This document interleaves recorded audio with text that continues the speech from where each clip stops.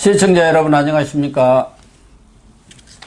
9월 6일 시사정담 시작하겠습니다. 시청자 여러분, 지금 정치권의 핫 이슈가 되고 있는 이른바 청부 고발 사건에 고발장을 썼다는 손준성 전 대검 수사정보정책관이 고발장을 쓴 적이 없다고 오늘 거듭 부인하고 나섰습니다. 이 문제를 비롯해서 정치권의 핫이슈 서정욱 변호사님과 분석 정리하도록 하겠습니다. 서 변호사님, 윤석열 전 검찰총장이 밑에 있는 사람을 시켜서 청부 고발장을 썼다는 문제가 지금 정치권에서 연일 핫 이슈가 되고 있습니다. 뭐 내용으로 봐서는 그것이 사실이라면 핫 이슈가 되지 않을 수가 없는데, 문제는 이제 고발장을 쓴 사람과 고발장을 받은 사람, 그리고 전달받은 당신은 미래통합당, 그런 것을 추적해 봐야 이 사실 여부를 알 수가 있는데, 우선 고발장을 썼다는 손준성 전 대검 수사정보정책관, 지난번에도 전혀 알지 못하는 내용이고 해명할 것이 없다, 이렇게 얘기를 했었는데, 오늘 다시 거기에 대해서 자신이 쓴 적이 없다, 만약 이러한 거짓 보도, 이거야말로 가짜 보도, 또 그에 따른 명예훼손이 있을 경우 강력한 법적 조치를 취하겠다, 이렇게 지금 입장 표명을 하고 나선 이유가 어디에 있을까요? 제가 보기에 이 사건은요, 윤 총장이 이제 가장 강조하는 게 공정하고 상식이죠. 예. 그러면 상식적으로 이제 이거 한번 판단해 보면 돼요. 상식적으로. 일단 크게 봐가지고요. 크게 봐가지고 이제 고발 사주가 제명이 공직선거법하고 그다음에 명예훼손이잖아요. 예, 그렇습니다. 그렇죠. 근데 공직선거법은요, 선거에 영향을 주려고 했다는 거 아닙니까? 고발해가지고. 예, 그렇죠. 근데 고발장이 4월 3일하고 8일날 했죠. 4월 3일, 8일날 주가지고 이게 고발을 이게 대검에다가 내면 그러면 이제 배당부터 뭐 하다 보면 빨라봤자 이게 3개월 걸립니다. 그렇죠. 빨라도. 선거 다 끝나고 대선까지 끝날 수도 있어요. 그거 다 하다 보면은. 4월 3일 선거가 이게 며칠 남지도 않았는데 선거에 영향을 준다, 이 자체가 말이 안 되고요. 그리고 이제 두 번째가 명예훼손죄로 또 사주한 게 있죠. 네. 그러면 이게 명예훼손은 반의사 불벌이기 때문에 당사자를 이게 반드시 조사해가 처벌을 원하느냐 안 하느냐 확인을 해야 돼요. 그러면 이게 윤 총장이 현직 총장인데 이런 사람들 처벌 원합니다, 조사, 이게 말이 안 되고요. 그 다음에 김건희 씨는 이미 도이치모터 그때 다 끝나가지고 조용히 있는데 또 처벌 원합니다 하고 이슈가 부각되는 게 김건희 씨한테 좋습니까? 무엇보다 이게 한동훈이에요. 한동훈은요, 조금 이게 억울한 게 있으면 본인이 다 고발합니다. 고소를 합니다, 고소. 고소를. KBS, MBC, 유시민 다 고소했잖아. 굳이 국민의힘 야당, 투쟁력도 없는 야당한테 이렇게 여러 단계 거쳐 청구합니까? 추미애까지도 고소했잖아요. 그러니까 추미애는 한동훈까지 3명이 공모했다는 거 아닙니까?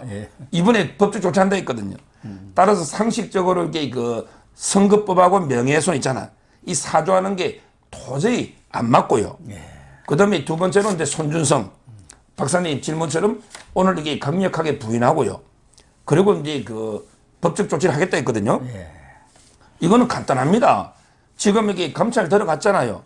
옛날에 손준성이가 이제 판사들 또 사찰 문건 만들었다고. 맞아요. 그때 이제 감찰도 받고 수사도 받았어요. 그때 손준성의 핸드폰이나 또 이제 컴퓨터 다 포렌식도 했거든요. 그때. 근데 그때 이런 게 전혀 안 나왔었어요.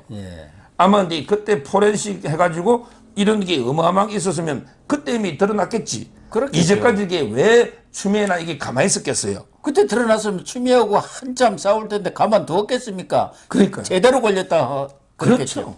따라서 지금이라도요, 손준성이 핸드폰을 포렌식 해라 이거야. 보낸 증거가 있는지.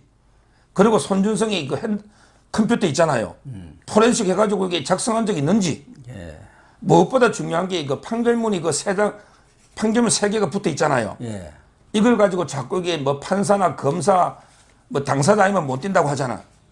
근데 추미애 측에 검사가 뛰가지고 살짝 공작할 수도 있는 거고, 하다못해 이철이나 지모씨도 당사자도 뗄 수 있는 거 아니에요. 그렇죠. 따라서 이게 과연 접속이 손준성이 IP로 판결문을 뗀 적이 있는지 이거 조사하면 금방 나오잖아요. 금방 나오겠네. 누가 요즘 뗐는지. 이게 판결문요. 뭐 저도 이게 옛날에는 좀 이게 감시가 안 심해서 제 당사자 판결 있잖아. 얘가 예를 들어 제가 박사님 걸 재판했다. 그러면 이게 판결문이 날라오려면 1, 2주 걸리잖아. 그러면 제 친한 친구 판사한테 야, 내 의뢰니까 판결문 좀 보내줘 메일로. 그럼 하루 만에 빨리 볼 수 있잖아. 그래도 이게 악용하는 게 아니니까. 옛날에는 이게 많이 뛰는데 지금은 개인정보 보호가 중요하죠. 그래서 이제 이거 다 접속이 누가 했는지 아이디가 나옵니다. 그러니까 손준성이 판결문을 뗐다면은 거기에 다 아이디가 있을 거 아닙니까? 그럼요. 그런데 만약에 뗐다면 손준성이가 강력하게 부인하면서 고발하겠다. 이게 됩니까? 고발하면 이게 무고 아닙니까? 따라서 손준성 검사가 강력하게 부인하고 있기 때문에 저는 간단하게 그 판결문 뗀 아이디, 그 다음에 손준성의 핸드폰이나 컴퓨터, 빨리 이게 포렌식 해가지고 진실을 빨리 밝혀야 돼요. 이걸 이게 공작의 진실을 안 밝히니까 자꾸 이게 막 맞다면 어떠고 맞다면 어떠고 이러잖아요. 가정을 전제로 해갖고 전부 얘기가 나오고 있잖아요. 하루속히 이게 저는 빨리 진실을 밝혀야 된다. 그건 이게 방법은 쉽다. 이렇게 보는 거예요. 우선 전달 방법도 이렇게 어떻게 보면 상당히 급비 작전이라고 그것이 사실이라면은 할 수 있는데 김웅호고 직접 이런 것은 만나서 전달하는 것이 상례라고 봐야 하지 않겠습니까? 야 잠깐 보자. 어디 뭐 선거 중이지만 내가 거기 쫓아가겠다든가. 그리고 거기다도 보면은 뭐 같은 동기생이라면서요. 그런데 손준성 드림 이렇게 하지는 거의 않지 않습니까? 그런 것으로 봐서도 좀 이 문제 자체가 원천적으로 허구일 가능성이 많고, 그렇다면 이 고발장을 손준성이 작성했던가 아니면 누가 날조를 했다는 얘기 아닙니까? 사후적으로 윤석열 죽이기 위해서는 이런 거라도 만들어야겠다. 청부 고발 이걸로 해갖고 윤석열을 융단 폭행해야겠다. 이런 판단에 못 치겠을 게 만들었다고 볼 수가 있죠. 그 이전에 지금 뭐 엑스파일이다 또 줄리 사건이다 해갖고 윤석열 처가와 이 부인 김건희 씨를 공략을 해냈는데 거기서는 별 효과를 못 받지 않습니까? 오히려 역풍이 불었어요. 그러니까 윤석열을 직접 공격해야겠다 해갖고 이런 작전을 만들었다면 어디서 이렇게 만들었을 수도 있잖아요. 그 황희석이랑 뭐 이런 사람들 전에 작전에 들어간다 했는데 그 지모 씨 뭐 이런 사람들 그 전문가라면서요. 예. 그래서 저는 이제 최근에 제가 처음 듣는 이야기가 손준성이가 근데 윤석열 사단의 최측거이래. 이 말을 제가 처음 들어요.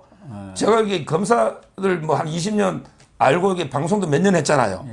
근데 이게 잘 봐야 돼요. 윤 총장이 그 총장 될 때 진짜 측근들을 다 이게 승진식에 데려갔죠.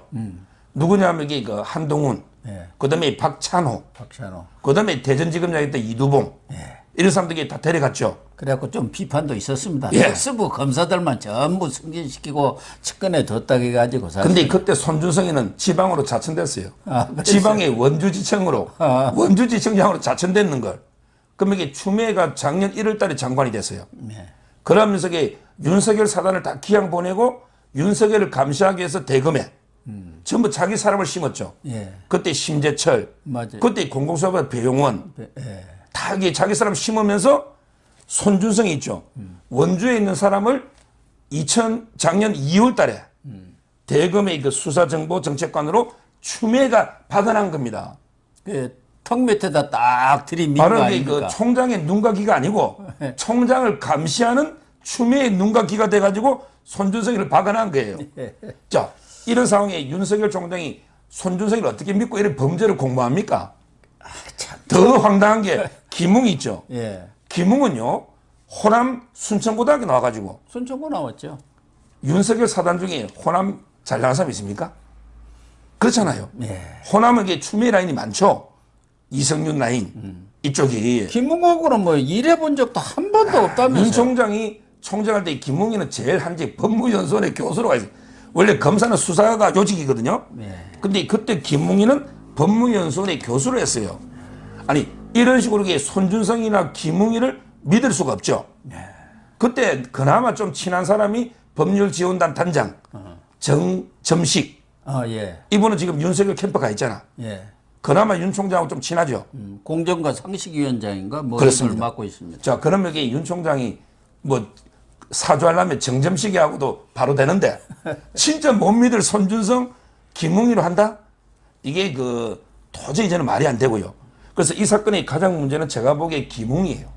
근데 왜 김웅이는 애매모호한 태도를 취하고 있습니까? 1년 정도밖에 안 된 사안인데 이걸 기억을 못해요. 나이가 몇인데요? 김웅이는 제가 보기에 그 유승민의 대변인이잖아. 예. 유승민의 대변인이죠. 저는 좀 더 기억을 못한다? 만약에 진짜 손준성한테 받았으면 기억을 못할 리가 있나요? 그렇잖아요. 예. 따라서 저는 이게 그 애매모호하게 자꾸 이게 의혹을 부풀리고 있거든요. 네. 그러니까. 심지어 이게 일부 녹취도 뭐 준성이 어쩌고 하면서 약간 이게 일부 녹취록까지 지금 이게 나오고 있고요. 뭐 당에다 지금 전달한 이랬다. 것 같다. 뭐 이런 식으로 얘기를 하고 뭘 전달했느냐, 막 고발장을 전달했냐, 아니면 뭐 이 제보 들은 것을 뭔지 모르게 전달을 한 것 같다 이렇게 얘기하고 있어요. 그러니까 결국에 본인이 아니면 아니다. 예. 맞으면 차라리 이게 맞다. 손준성하고 둘이는 또 어떻게 할지 모르니 윤 총장하고 이게 관계는 없다 하더라도 이런 식으로 이게 김웅이가 나름대로 이게 그 진실을 밝게 되는데 지금 이게 말이 여러 번 바뀌면서 계속 애매모호하게 나가죠. 이게 바로 저는 의혹을 좀 부풀려 가지고요. 결국에 유승민을 돕기 위한 이런 게 정치적 의도가 아닌가 이렇게 보는 거죠. 그 김웅 의원 검찰에 있을 때도 쓴소리도 좀 하고 또 정치권에 들어와서도 나름대로 활동을 좀 해서 좀 평가를 했는데 이번에 보니까 참 아니구나 하는 생각도 일단 들기는 듭니다. 적어도 이렇게 중요한 정치적 사안이면은 정치인이라는 게 가타, 부타 이걸 분명히 이야기할 수 있는 그런 사람이 돼야 하거든요. 이것도 저것도 아닌 애매모호한 태도를 취하면서 그게 혹시 유승민한테 도움이 된다고 생각했다면 정말 그건 판단 착오입니다. 무슨 그러니까요. 도움이 되겠습니까? 오히려 애매모호함에 인해서 오히려 더 유승민한테 마이너스가 되지 않나 저는 그런 생각을 하는데 예. 지금 당에서도 이준석 대표도 조사해 보니까 무슨 고발장 그런 게 접수된 게 없더라는 거 아닙니까? 그러니까 고발장을 쓴 사람도 고발장을 받았다는 사람도 접수했다는 이 세 당사자들이 지금 전부 근거가 없는 건데 지금 뉴스버스라는 데서 이 보도를 해갖고 평지풍파를 일으키고 있어요. 그 뉴스버스하고 이 기사를 썼는지 아니면 그 발행인 이진동 씨, 이 사람은 어떤 사람입니까? 그 이진동은 이제 그 2012년에 박근혜하고 이제 그 대통령 될 때, 예. 그때 그 경선할 때 김문수 캠프 있죠. 그때 그 10인방이 있었어요. 그때 저도 있었고 차명진, 이진동. 왜 제가 기자가 그 거기가 있었죠? 그때는 뭐 정치했습니까? 정치 출마가 떨어졌었죠. 아, 안산에서 그랬어요? 국회의원 출마가 떨어졌고요. 이진동하고 저하고는 이게 그 같이 김문수 캠프에 일을 몇 달 동안 오래 했습니다. 조금 근데 잘 알겠네요. 잘 알죠. 이분은 이게 67년생으로 저보다 3년 선배예요.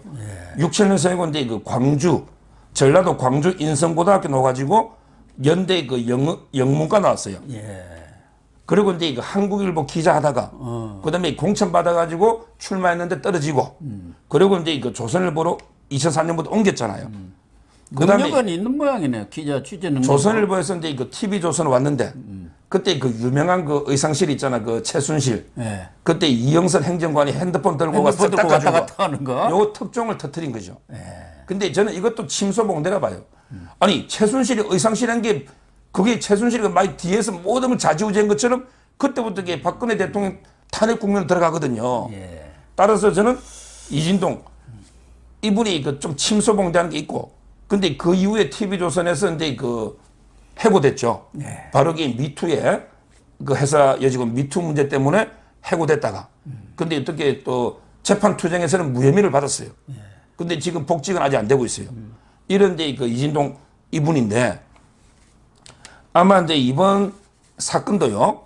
저는 상당히 좀 의문이 가는 게 기자로서 가장 문제가 좋다 그러면 이게 그 제보가 들어와서 뭐 좋은 특종이 있다. 그러면 이게 본인 언론에서만 쭉 그대로 이게 그 보도를 하면 되죠. 예. 팩트대로. 예. 근데 이분이 TV에 뭐 교통방송 나가고 한겨레 신문 나가고 그다음에 그 밑에 기자 전혁수 씨 있잖아요.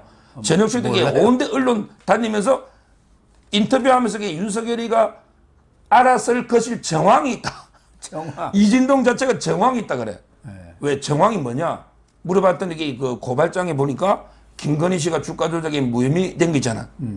이거는 김건희나 윤석열하고 물어봐야만 알 수 있는 거니까. 왜 그걸 물어봐야 알아? 아니 조작하거나 뭐 그거 알면 쓰면 타인데 알잖아.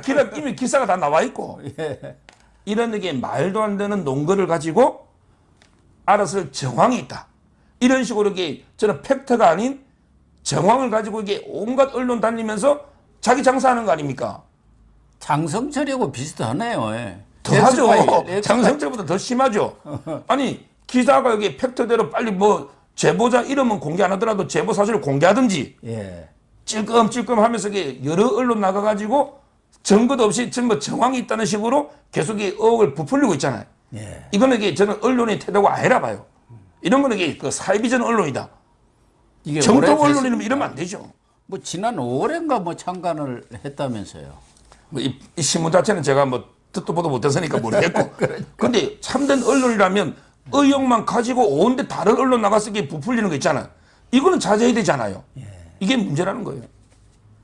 전에 김무성 전 대표의 보좌관을 했던 장성철 씨도 뭐 보좌관 그만두고 정치논평 하다가 엑스파일을 느닷없이 터뜨려가지고 그래가지고 그게 뭐 사실이 아닌 것으로 거의 드러나니까 여기저기 언론 다니면서 논평을 하더니 요즘에는 주요 언론에서는 불리지도 않는지 사라져버렸대요. 아니 좌파 언론은 이게 좀 놉니다. 뭐 MBC 그래요? 이런 데 보면 어차피 이게 그 뭐 좌파 2명을 불러야 되는데 우파 한 명을 원래 구석 갖추려면 좌파 하나 우파 하나 불러야 되잖아요. 예. 그런데 형식은 우파 패널로 장성철 돼 있지만 내용은 이게 계속 윤석열을 까면 실제 좌파 2명 아닙니까? 예. 이런 식으로 이게 저희는 이런 게 MBC든 뭐 KBS 공중파부터 이게 전부 이게 노조의 장악된 방송 있잖아요. 예. 이런 데서 이게 계속 윤석열 공격하는 게 과연 이게 그 우리 그 보수 집권에 도움이 되는지 참 이게 그 안타까워요. 아무튼 이 문제는 제가 볼 때는 역대급 정치 공작 사건이 아닌가 하는 저는 그런 판단을 하고 있습니다. 뭐 다른 분들 어떻게 생각하는지는 모르지만 그러니까 뭐 민주당이라든가 여권에서야 이것을 계기로 해서 이 뉴스를 계기로 해서 윤석열 총 공격에 나서서 벌떼 공격을 지금 하고 있지 않습니까? 네. 그래서 그런지 오늘 오전에 지금 저희들이 녹화를 하기 이 시간에 윤석열 전 총장이 직접 이준석 대표를 만나서 이 내용에 대해서 아마 설명을 한 것 같습니다. 면담을 했다는 거 보면은 뭐 다른 건 면담을 내용이 뭐가 있겠습니까? 윤석열 입장에서는 당 지도부한테 이 부분에 대해서 본인의 입장을 명확하니 설명을 하는 것이 당연한 도리 아니겠습니까? 예. 근데 문제는 저는 이준석이도 문제가 많은 게요. 예. 처음에는 이게 그 사실이면 심각하다 뭐 어쩌고 저쩌고 그러니까요. 이런 말도 했잖아요. 예. 저는 방송할 때 제일 문제가요. 그럼 이게 공정하게 하려면 사실일 때 이렇게 심각하면 그럼 이게 사실이 아닐 때는 또 이게 엄청난 김대엽 공작, 더루킹 공작 아닙니까? 그렇죠. 그럼 이게 사실이 아닐 때는 어떻다? 이것도 방송을 같이 해야 되잖아. 예. 근데 좌파들이든 우파 놓으면 전부 이게 사실이면 심각하다 어쩌고저쩌고 이게 무슨 방송이 그러냐 말이에요. 공정하게 하려면 사실이면 그다음에 사실이 아니면 이게 이거 더 심각한 거죠. 그리고 당 대표는 뭐 민주당도 누구든지 그렇지 않습니까? 사실을 아닌 걸 갖고 전제를 해서 가정을 가지고 얘기하면 가정 갖고 얘기하지 마라. 일축해버리지 않습니까? 그러니까요. 근데 이쪽에서는 그렇게 여당이 지금 공격에 오면 거기에 대해서 적극적으로 방어를 해서 자기 후보들을 보호해야 하는데 오히려 더 후보들을 공격에 그러한 먹잇감으로 지금 내놓고 있지 않습니까? 홍준표 후보만 하더라도 뭐 경선 국면이니까 어쨌든 자기 유리한 쪽으로 하겠다는 이용하겠다는 것은 뭐 인지상정일 수 있지만 그렇게 배짜라는 식으로 한다고 이것이 묻혀지냐? 마치 이것을 아주 기정사실화 해버리는 그런 태도를 지금 보이고 있지 않습니까? 그리고 이게 이준석이 하나 더 문제가 또 뭐라 하냐면 이게 그래서 내가 대선 검증단을 만들려고 하지 않았냐. 아니 검증단 만들면 이게 그럼 윤석이 잘못이 검증해서 걸러지는 겁니까? 이것도 이게 말이 안 되는 어거지고요. 뭐 홍준표 후보는 말할 것도 없고 뭐 국민한테 뭐 사과해라고 이게 사과하면 후보 사퇴할 사안인데 사과하고 그러면 계속 경선합니까? 이런 게 말도 안 되는 이런 좌파 그다음에 우리 우파 내에서도 동지의 등에 칼질하는 내부 있잖아요. 총질. 이게 저는 정말 심각하고요. 그리고 이게 그 당시 제가 검사 상황이 하나 아까 더 강조하고 싶은 게요. 이게 그 이진동이 이 사람이 노가 언론에 뭐라 했냐면 야 그때 이게 서울중앙지검에는 이성윤이가 있다. 이성윤이 앞으로 이게 가면 또 이게 수사가 안 되니 그럼 이게 대검의 공공수사부장 앞으로 직접 이게 고발하면 그럼 대검의 윤 총장이 그렇게 자기 사람이 있는 지검으로 보내가지고 이성윤이 피해가지고 조사하는 거 아니냐. 뭐 이런 식의 인터뷰를 했거든요. 배당을 그렇게 할 거라고 했었죠. 그래서 제가 이게 그때 공공수사부장이 배용원입니다. 배용원. 이 사람이 수원지검에 그 차장하는데 추미애가 검사장 승진시켜가지고 공공수장부장 들어간 거예요. 이 말은 그때 대검에 윤석열이가 같이 밥 먹을 사람이 없었어요. 전부 이게 추미애 라인이 부장들부터 전부 이게 다 장악했잖아. 윤 총장이 같이 점심 먹을 사람이 없었다니까요. 그 대변인 한 사람과 그러니까 매일 먹었다면서요. 제가 그 알잖아요. 네. 자, 그리고 이게 법을 몰라도 무식해도 그렇지 이게 아무 사건을 아무데나 야 그러면 이게 박찬호가 있는 제주도로 보내 이게 됩니까? 아니. 법에 보면 모든 게 범죄지하고 피고인의 주소지만 관할입니다. 그러면 이 사건은 어차피 중앙지검 갈 수밖에 없어요. 왜? 다 관련 사건이 중앙지검에 있고 전부 이게 범죄 주소지가 중앙지검이잖아. 그럼 이게 이성윤을 피해갈 수 있습니까? 이런 게 법을 조금 말면 말도 안 되는 이걸 이게 이준동이가 떠들고 다니고 있다는 거예요. 자, 이렇다면 이게 그 이준석이나 뭐 홍준표 누구든지 이런 게 모순점이 이거는 제가 보기에 엉성한 삼류 공작이란 말이에요. 우리가 법을 좀 알면. 법 모른다 하더라도 우리 같은 사람도 눈에 보이는데 홍준표는 평생을 어떻게 보면 검사로서 인생을 성공한 사람 아닙니까? 이런 내용 보면은 척 보면 아는 것이고 정치판에서 오래 있었기 때문에 이런 정치 공작이 횡행한다는 것은 눈만 깜박해도 알 사람이에요. 모를 리가 없지 않습니까? 그리고 이게 시점만 보세요. 시점만. 아니 첫 보도 있죠. 채널 A하고 뭐 이게 한동훈이가 공장한다는 첫 보도가 MBC가 3월 30일 3월 말에 나왔어요. 그때는 이게 최강욱이나 황희석이가 뭐 작전 들어갑니다. 어쩌고 저쩌고 있죠. 이게 첫 보도가 4월 3일자 중앙일보하고 조선일보에 나왔어요. 이 말은 이게 최강욱이 황희석의 뒤에 있다는 걸 4월 3일에 처음 알았는데 근데 고발장을 미리 며칠 전부터 쫙 정리해가지고 쓴다? 첫 보도가 3월 30일인데 이게 안 맞잖아. 그렇다면 이게 저는 이준석이든 홍준표든 누구든 간에 이런 게 그 삼류 공작 소설의 그 모순점을 날카롭게 파헤치면서 같이 방어할 건 같이 방어해야죠. 그렇죠. 이걸 이게 동지를 죽이는 일에 이용한다? 이거는 저는 이게 아니라 봐요.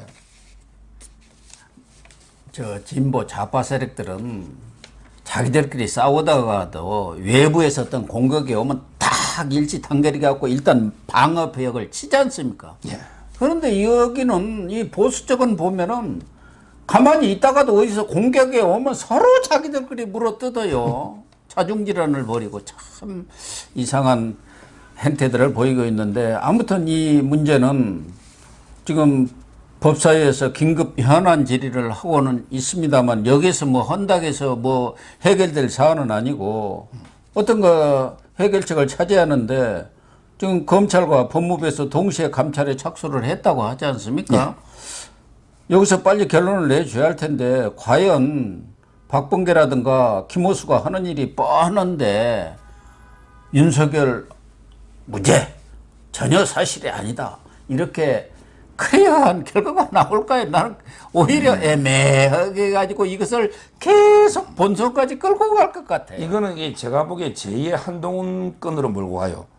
한동훈이가 이게 무죄가 답하다가 지금 밑에 검사들이요. 한동훈이 무혐의입니다. 채널A 사건 있죠. 보고를 이게 지금 8, 9번 올렸다는 거 아닙니까? 근데도 이게 처리 안 하고 있죠. 그럼 여기 손준성에 대해서도 탈탈 털어봐도 또 안 나올 겁니다. 안 놓겠죠. 안 놓으면 이게 그냥 이게 무혐의다, 뭐 연루가 없다 이렇게 끝내겠어요? 또 이게 뭐 포렌식 기술이 어쩌고 뭐가 또 안 나오고 하면서 이게 질질질 끌면서 정치 공세로 끌고 할 거예요. 뻔합니다. 그러니까 뻔해요. 이럴 때 이게 우리 보수 자유파는요 좀 현명하게 판단해야 됩니다. 저희가 이게 그 이해창 총재도 완전히 김대엽한테 날아간 거 아닙니까? 2번을 날아갔죠. 그다음에 그 박근혜 대통령에게 가짜뉴스 이것 때문에 이게 무너진 거거든요. 그 지금처럼. 이진동인가 그게 몰락에 하나 중요한 축을 이뤘지 않습니까? 그러면 이게 이런 가짜뉴스에 윤 총장이 낙마하거나 쓰러지면요. 그러면 이게 바로 뭐 홍준표가 후보자가 정권 교체 됩니까? 이게 되느냐고요.